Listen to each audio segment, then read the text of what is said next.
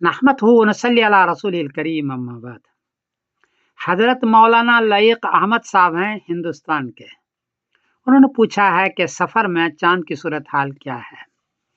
جواباً عرض ہے کہ 25 جولائی بروز جمعہ کو انڈیا میں چاند کو چاہیے 8 ڈگری، برما میں 8 ڈگری، بنگلہ دیش میں 7 ڈگری، نیپال میں 7 ڈگری، کراچی میں 8 ڈگری، پشاور میں 7 ڈگری، ایران میں 8 ڈگری اور افغانستان میں 7 ڈگری۔ چاند 10 ڈگری میں نظر آتا ہے۔ یہاں 25 جولائی بروز جمعہ کو 8 ڈگری اور 7 ڈگری چاند ہے، اس لیے 25 جولائی بروز جمعہ کو چاند نظر نہیں آئے گا۔